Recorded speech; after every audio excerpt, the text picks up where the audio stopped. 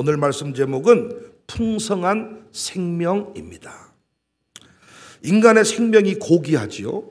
단 한 개뿐이고 한 번뿐이기 때문입니다. 그래서 우리 예수님도 마태복음 16장 26절에 사람이 만일 온 천하를 얻고도 제 목숨을 잃으면 무엇이 유익하리요? 사람이 무엇을 주고 목숨과 바꾸겠느냐? 목숨이 생명이 소중합니다. 그런데 생명은 세 종류의 생명이 있는 것 같아요. 첫 번째 생명은 겨우 호흡하고 있는 생명, 꺼져가는 심지와 같은 생명. 응급실이나 중환자실 가보면 만나는 생명이 아닌가 싶습니다. 호흡이 힘겨워서 그 흔한 산소를 제대로 못 마셔가지고 산소를 공급해줘야 호흡이 돼. 겨우 돌아가셨다고 울면 다시 호흡이 돌아오는. 우리는 너무 호흡을 쉽게 하잖아요. 겨우겨우 호흡하는 힘겨운 생명이 있습니다. 두 번째 생명은 건강한 생명입니다. 호흡이 자유롭고 호흡만 하는 것이 아니라 계단을 막 올라다니는데 막 그냥 달려다니고 얼마나 그냥 체력이 좋은지 막 공놀이를 할 때에도 막 그냥, 그리고 날을 새고도 자고 나면 회복이 되고 건강한 생명입니다. 세 번째 생명이 풍성한 생명입니다. 예수님 생명을 말합니다. 요한복음 1장 4절에 그 안에 생명이 있었으니 이 생명은 사람들의 빛이다. 그러니까 자신뿐만 아니라 다른 사람을 살려내는 넘치는 생명을 말합니다. 우리 예수님은 당신의 자녀들에게 이 풍성한 생명을 약속했어요. 요한복음 10장 10절 도둑이 오는 것은 도둑질하고 죽이고 멸망시키려는 것뿐이요 내가 온 것은 양으로 생명을 얻게 하고 더 풍성히 얻게 하려는 것이다. 풍성한 생명을 얻게 하려는 것이다. 마귀는 항상 도둑질하고 빼앗아 가지만 우리 예수님은 풍성한 생명을 공급해 주십니다. 그러니까 예수님 믿고 하나님 자녀로 살아가면서 풍성한 생명을 누리지 못하는 것은 잘못된 거예요. 운동선수 젊은이들이 건강한 생명을 가지고 있지만 그거 귀한 것이지만 풍성한 생명이다 말할 수 없어요. 우리 교도 보면 청년들이요 가장 힘이 약해요, 지치고요, 술 퍼먹을 때나 힘이 나무 돌아가고요, 예배 드릴 때는 눈이 반쯤 감겼어요. 새벽 예배 나올 때는 쓰리빠 신고 와나 됐냐, 시내 술 마시러 갈 때는 꽃단장하고 향수 뿌리고. 젊다고 운동선수라고 넘치는 생명을 가진 것은 아닙니다. 예수님 생명을 가진 자만 넘치는 생명을 누릴 수가 있습니다. 예수님 안에 그 생명, 예수님의 생명이 넘치는 생명인 줄로 믿습니다.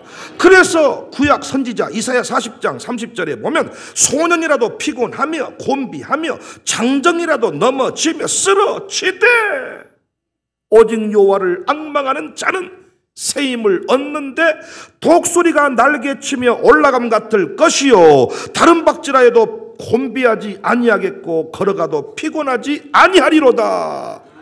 여러분과 저에게 이 생명이 넘쳐날 수 있기를 바랍니다. 이 간증이 넘쳐날 수 있기를 바랍니다. 그런데 우리 예수님이 풍성한 생명을 준다 그랬는데 구체적으로 풍성한 생명의 삶, 풍성한 생명의 삶을 누린다는 것이 무언가? 오늘 본문에 그 풍성한 생명에 관하여 설명이 잘 되고 있습니다. 요한복음 2장은 단순한 순종하면 기적이 일어난다 그 얘기 아니라 그랬죠. 예수님을 계시하는 사건이다. 풍성한 생명을 주시는 우리 예수님에 관한 말씀이다. 예수님 안에 생명이 있어요. 풍성한 생명이 있어요. 예수님의 그 풍성한 생명을 받은 자의 삶, 누린다는 것이 뭔가? 첫 번째, 변화를 말합니다. 10절에 말하되 사람마다 먼저 좋은 포도주를 내고 취한 후에 낮은 것을 내거늘 그대는 지금까지 좋은 포도주를 두었도다. 물이 포도주가 되었다는 것은 근본적인 변화를 말하죠. 맛도 변했고 색깔도 변했고 값도 달라졌지요. 이것이 예수님이 주시는 생명의 풍성함입니다. 지난날 우리의 삶은 맹물 같은 삶이었어요. 맛이 없어요.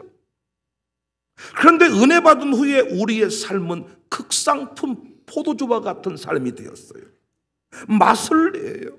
저주의 인생에서 축복의 인생으로 바뀌었어요. 그러니까 예수님이 주시는 풍성한 생명은 변화를 말합니다. 변화. 여러분, 변화받는 순간, 변화된 순간 온 가족에게 환영받는 아버지가 되지요. 환영받는 어머니가 되지요. 변화된 순간에 가정교회 식구들에게 대환영을 받지요. 변화되기 전에는 외로웠는데 변화된 후부터는 풍성한 삶을 살아가잖아요. 변화를 결단한 순간부터 목사의 말씀이 가슴에 팍 와닿고, 변화된 순간부터 교인들이 너무 그렇게 기쁘고, 예수님 진짜 얼굴 보는 것 같고 천사와 같고, 변화된 순간 교회의 모든 칭찬과 축복이 나의 것이 됩니다. 고집을 버리고 자존심만 버려도 대화의 수준이 풍성해집니다. 친구의 수준이 달라집니다. 의심하는 자리에 서 있을 때와 아멘하는 자리에 서 있을 때 예배의 감격이 다릅니다. 예수님 믿고 난 후에 항상 후회하는 것이, 왜 늦게 돌아섰을까? 왜 그때 고집을 피웠을까? 돌이키기만 하면 풍성해지는데, 결단 한 번이 내 인생을 새롭게 만드는데 왜 그렇게 계산기를 가지고 두드리고 있었을까? 풍성한 생명 주시는 예수님, 그분 만난 자들 변화를 통하여 그 역사를 누리며 살아갑니다. 두 번째, 예수님이 주시는 풍성한 생명은 채워짐을 말해요. 3절에 포도주가 떨어졌어요. 포도주가 없다 했어요. 근데 8절에 이제는 갖다 주어라 해요. 갖다 주었더니 사람들이 기뻐합니다. 사랑하는 여러분, 우리는 인생을 살아가면서 수시로 부족함을 느끼죠. 건강도 부족하고, 지혜도 부족하고, 물질도 부족하고, 외모도 부족하고. 항상 저희 어머니가 저보고 조금만 키가 컸으면 좋았을 텐데, 조금만 내가 봐도 좀 부족해, 조금만 이 정도만 올라갔어도, 조금만. 어떤 분은 자기 눈을 보고 조금만 눈이 약간 뭐가 조금 부족해. 우리가 어떤 시험을 보고 떨어질 때도 큰 차이로 떨어진 거 아니에요. 그 작은 차이, 실력이 조금 부족해. 놀라운 사실은 그 부족함의 순간마다 예수님이 풍성하게 채워주신다는 거예요. 쌓아두고 사는 인생이 풍성한 것이 아니라 부족할 때마다 채워짐을 경험하는 사람, 부족할 때마다 채워지는 것이 풍성합니다. 예수님의 생명은 풍성한 생명인데, 풍성한 생명을 누리는 사람은 부족함이 없는 사람이 아니라 부족함이 채워지는 인생이다. 우리 주변에 쌓아둔 인생들이 많잖아요. 쌓아둔 사람들이 풍성하던가요? 아니요. 항상 징징대. 내가 부자면 부자 다 죽었겠네. 부자 아니요. 이 목걸이 가짜요. 이 신발 누가 준 거요? 물어보지도 않았는데 커피 사러 할까 봐서. 작년에 입었던 거요. 계속 징징대. 그리고 그 사람은 또 다른 건물을 사야 되니까 돈 없어. 적금 타도 적금 또 넣어야 되니까 없어. 적금 타기만을 간절히 기다려도 아무 도움이 되지를 않아. 밥 못 사 먹어. 3천만 원 타가지고 3천만 원 쓰기 시작하면 얼마나 신나겠습니까? 가정교회 날마다 양고기 먹고 소고기 먹고. 근데 아무 소용, 기도만 했지 소용이 없어. 왜? 다시 5천만 원짜리 넣어버리니까. 야, 재미 하나도 없어요. 그런데 예수님으로 채워가는 인생은 항상 풍성합니다. 우리 교회 얘기해, 우리 교회. 약할 때 강함 대신에 극한 가난 중에 풍성한 연보를 드렸네. 고린도후서 12장 10절에 그러므로 내가 그리스도를 위하여 약한 것들과 능력과 궁핍과 박해와 곤고를 기뻐하노니 이는 내가 약한 그때에 강합니다. 왜? 채워주시니까. 이게 풍성함이다고요. 고린도서 9장 10절에 심는 자에게 씨와 먹을 양식을 줬다. 심을 씨를 주고 먹을 양식을 주어서 너희 심을 것을 주사 풍성하게 하시고. 풍성하게 했다. 여러분과 저의 사명은 풍성한 생명을 누리는 것입니다. 한 번뿐인 생명을 누려야 됩니다. 풍성하게 만들어 가야 돼요. 그 풍성함이 뭐라고요? 날마다 변화받는 거예요. 제가요, 변화가 되는 것만큼 더 많은 성도를 사랑할 수가 있더라고요. 제가 변화된 순간, 자존심을 내려놓은 순간 친구가 더 많이 생기더라고요. 그러나 고집을 딱 가지고 있으면 변화가 안 되면 거기까지 있더라고요.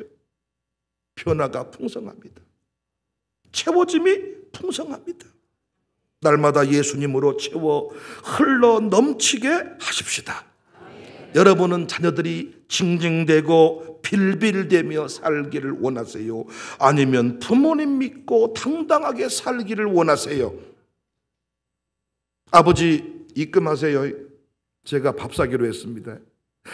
야, 이 새끼야 이러지만은 기분 나쁘세요? 저놈은 누구 닮아서 저렇게 통이 크다냐 속으로. 이때는 나 닮았겠지. 좋은 거는 쟤 닮았다 그래? 기분 나쁘지 않잖아요. 할머니 집에 가가지고 할머니 제가 옷 사드릴게요. 그러면 엄마들이 야 임마 내 돈이 어딨냐? 그래도 기분 나쁘지 않잖아. 요놈 말하는 것 보소이. 또 저런 하나님이 우리 앞에 우리를 보시면서 또 저놈 말하는 것 보소이. 민족을 살린다네. 또 저놈 말하는 것 보소이. 부흥한다네. 어떻게 부흥한다냐? 세상을 봐라. 앵간히 좀 하자. 아이고 하나님 아버지가 얼마나 마음이 아플까요?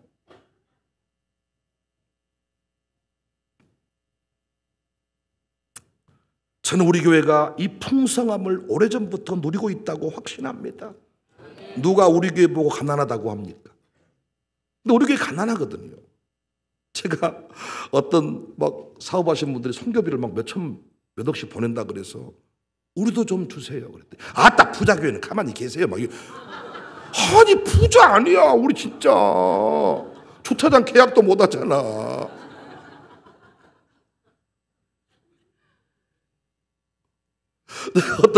어떤 가족교회 캠프 간다는데 갑자기 지갑을 열었더니 뭐 7,000원인가 6,000원인가 있어가지고 그놈을 빼서 줬어. 지갑을 털어줬어. 그랬더니 그분들이 가슴이 아파가지고 나한테 20만 원 주더라고. 아니 그러니까 제 지갑에는 항상 200만 원씩 있는 줄 아나 봐. 6,000원밖에 7,000원 있었다니까. 참 재밌는 것은 가난한데 가난한 사람 취급을 안 해주는 거예요. 기분 나쁘세요? 진짜 기분 나쁜 것은 부자인데 부자 취급 안 해주는 게 기분 나빠. 완전히 우리를 무시해버려. 돈을 써야 누려야 그 사람 부자 취급하지. 우리는 그런 거 부러워하지 않잖아요. 우리 교회가 계속 풍성한 교회로 살기를 원합니다. 변화됩시다. 더 많이 변화됩시다. 부족함을 가지고 주님 앞에 나가서 채우시네. 주님이 채워주세요. 할렐루야. 받아서 흘려보내는 통로가 됩시다. 그래서 우리가 날마다 풍성한 삶을 살기 위해 꼭 간직해야 될 삶의 원리가 있는데, 변화되고 채워지는 것이 풍성함이라고 했는데, 어떻게 하면 변화되고 늘 흘러넘치는 인생 살 수 있냐? 첫 번째 원리는 하인과 같은 삶을 살아야 돼요. 우리는 오늘 본문의 상황이 어떤 상황인지 알고 있지요? 예수님의 어머니 마리아가 예수님께 포도주가 떨어진 사실을 말했어요. 어떤 의도를 가지고 말했다기보다는 그냥 사실을 아는 것. 아야, 포도주가 떨어져 붙단다.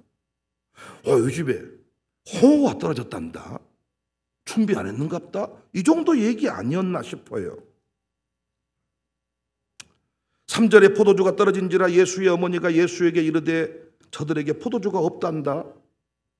그러니까 예수님이 4절에 알겠습니다 어머니, 제가 알아볼게요. 뭐 어떻게 되겠죠. 이렇게 한 게 아니라 예수께서 이르시되 여자여, 나와 무슨 상관이 있나이까? 내 때가 아직 이르지 아니했다. 이때 마리아가 오메 말을 저렇게 해버리네. 아들놈 새끼가 엄마 보고 여자여.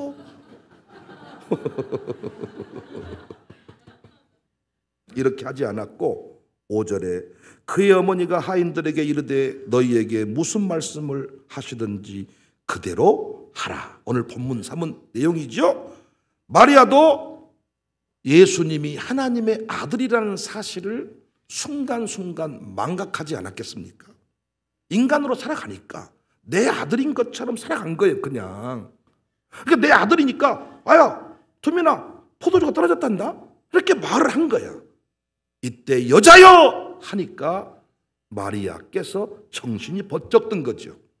그때 하신 말씀이 무슨 말을 하든지 그대로 하라. 따져 묻지 않고 삐진 것이 아니라 무슨 말을 하든지 그대로 하라인데, 무슨 일을 하든지 그대로 하라. 그 대상이 누구냐? 하인들입니다. 왜 연회장한테 바로 말하지 않았을까요? 연회를 책임지는 장에게 왜 바로 말하지 않았을까요?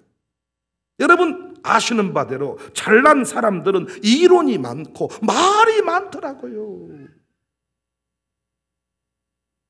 마리아는 예수님이 하신 말씀의 의미를 깨달았어요. 그곳에서 이루실 일이 있음을 기대했어요. 누군가가 움직여줘야 돼요. 말씀하신 대로 해야 돼요. 그런데 말씀하신 대로 할 사람이 없어요. 왜? 예수님은 초라해 보였으니까. 하나님의 아들로 보이지 않았으니까. 그때 마리아 눈에 띈 사람이 하인들입니다. 오늘날 의외로 똑똑하고 잘난 사람들이 풍성한 생명을 누리지 못할 때가 많더라고요. 자기 안에 갇혀 있기 때문입니다. 빌립과 같습니다. 안드레와 같습니다. 이들은 평생토록 하는 말이 얼마나 되겠사옵나이까? 부족합니다. 그러다가 인생이 끝나. 인생이 한 번뿐인데, 생명이 한 개뿐인데, 생명은 한 번뿐인데 이 생명이 풍성해져야 되는데 얼마나 되겠사옵나이까? 부족합니다. 안 됩니다. 하다 끝난다는 거예요. 근데 본문의 9절에 도전되는 말씀이 나옵니다. 연회장은 물로 된 포도주를 맛보고도 어디서 났는지 알지 못하되, 연회장은 알지 못하되 물도온 하인들은 알더라. 놀랍지 않습니까? 물도온 하인들은 알더라. 여러분과 제가 그 풍성함의 비밀을 알고 있습니다. 우리는 이론이 없습니다. 우리는 경제 논리가 없습니다. 장사 잘 되는 집 보니까 이론이 없더라고요. 그냥 되더라고요. 윷놀이 한번 해봐도요, 어떻게 윷을 던지면 잘 나옵니까? 어떤 분이 밑에서 위로 올리니까 뭐가 나와? 해보세요. 안 돼. 어떤 분은 위에서 뿌리니까 나와. 뿌려보세요. 되는가? 안 돼. 뭐가 나와도 말끔히 잘 안 보여서 또 쳐. 되는 사람은 어떻게 해도 돼. 그것이 재밌는 거야. 온갖 사람들이 다 힘을 모아서 그 한 사람을 1등만 돈을 가져가니까 그 사람을 총 공격을 하고 말끔을 놔두고 나를 잡고 저 사람 잡아 해도 못 잡아. 가버리니까, 되니까. 우리가 그 비밀을 알고 있잖아요. 사랑하는 여러분, 한 번뿐인 인생입니다. 한 개뿐인 생명입니다. 이 생명을 풍성하게 하고 싶거든 오늘 본문의 하인들처럼 무슨 말을 하든지 그대로 하시기를 바랍니다.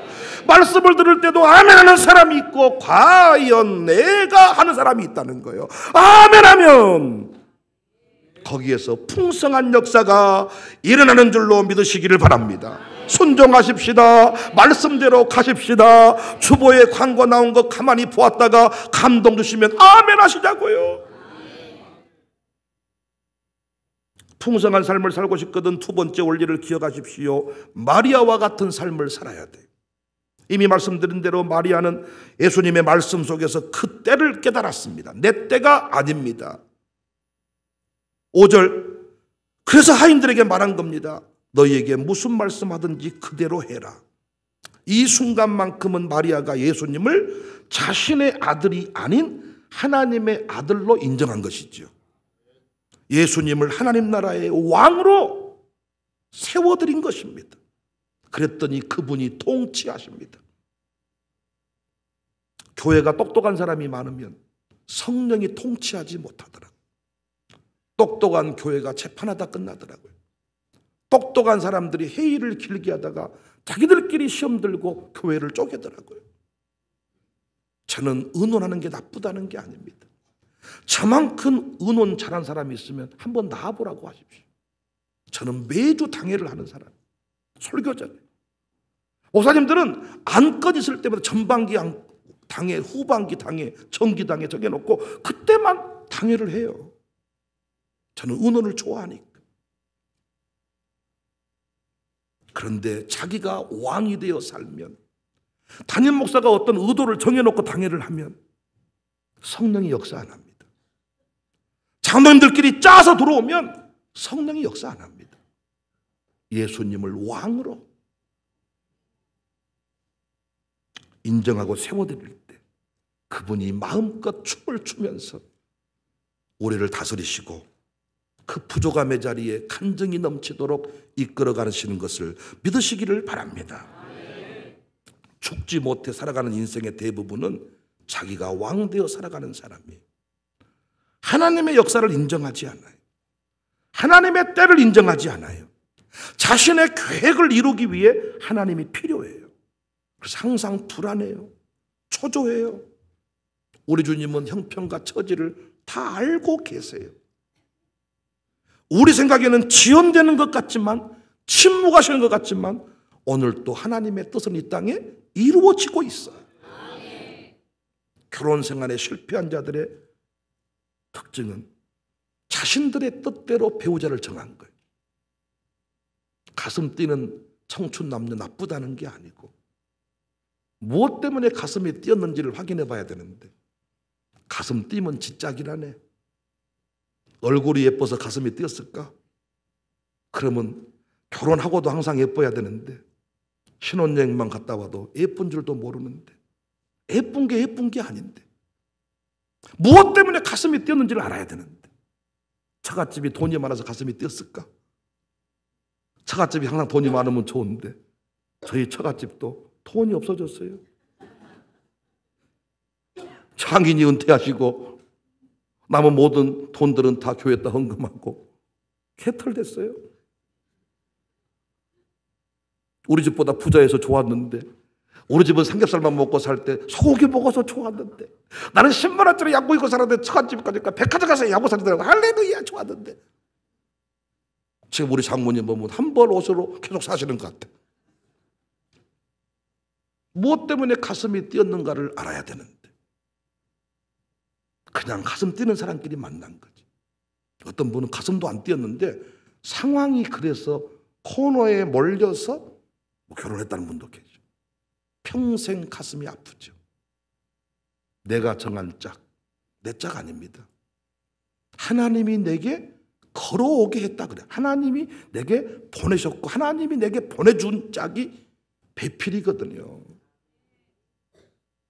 천사는 오는 것입니다. 하나님의 뜻을 따라 배우자를 만난 사람들은 풍성한 부부 생활을 하더라고요. 살아갈수록 좋대. 살수록 더 그립고 사랑스럽대. 근데 많은 경우는 살수록 실증나서 죽겠네. 어떻게 이렇게 오래 산다냐. 동창회 갔다 오면 막 우울하고, 잠자고 있다가 맞고, 왜 너는 계속 살아있냐. 왜 너는 계속 방에서 잠자냐. 산에 가서 잠 안 자고. 막 미치겠다는 거예요. 미워서 막 잡아 뜯어보고 싶다는 거예요. 노인대학 할 때 어떤 분이 나한테 그러더라고요. 목사님, 내 남편 미워서 못 살겠어라. 싹 잡아 뜯어보고 싶다는 거예요. 털은 싹 뜯어보고 싶대.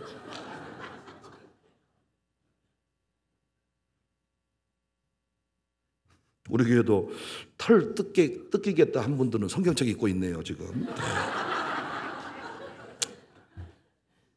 기도하시면서. 직장도 마찬가지 아닙니까?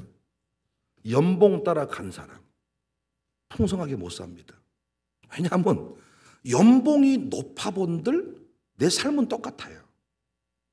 왜? 연봉이 많아지면 10만 원 줄 자리 100만 원 주거든요. 사는 건 똑같습니다. 저 사람은 10,000원 주면 끝날 일을 나는 10,000원 주면 쌍욕을 먹어요. 그러니까 나는 10만 원을 주든가 50만 원을 줘야 되니까.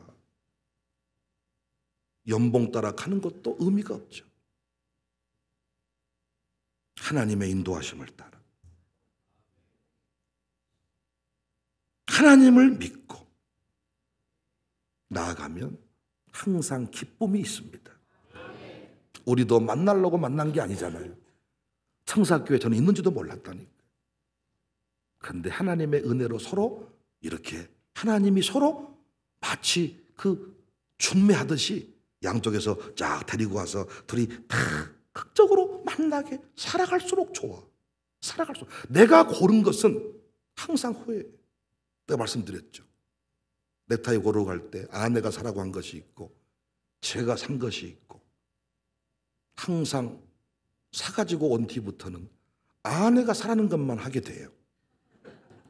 내가 산 것은 촌스러워. 거기서는 예뻤는데 참은 이상하더라고 이게. 그러니까 아내가 좀 더 고급스러웠어. 그래서 항상 내 고집 내려놓고 아내가 사라고 한 거 샀으면 좋았을 것인데 재밌는 건 또 하나만 사면 좋았는데 저는 하나만 사면 불안해요. 항상 2개 사? 그리고 안 해. 이것이 참 넥타이였으면 뭐 넥타이라면 괜찮겠지만 이게 부인이고 남편이라면 어쩌겠어요. 어? 아침에 조창이 조은영 이 최은영 길 걸어가길래 야 좋냐 그랬더니 좋아요. 신혼여행 갔다 왔는데 살수록 이제 안 좋아. 그럼 어떻게 해야 돼? 교회 옮기고 또 바꿔? 그래서 우리가 항상 마리아처럼 살자. 무슨 말씀하든지 그대로 하자. 그분의 때를 인정하고 그분의 인도하심이 답임을 믿고 왕으로 모셔드리자. 여러분 인생의 왕으로 주님을 모셔드리시기를 바랍니다. 그럼 항상 그분이 인도한 자리는 풍성한 자리입니다. 그분의 인도함 받으면 주는 나의 좋은 목자. 할렐루야. 풍성함의 자리에 서게 될 것입니다. 우리 교회는 한 번뿐인 인생, 한 개뿐인 생명, 겨우 사는 생명이 아니라 좀 운동선수 정도 수준이 아니라 아멘할 준비하세요. 넘치는 풍성한 생명 되시기를 바랍니다. 흘러넘치는 생명 될 수 있기를 바랍니다. 할렐루야.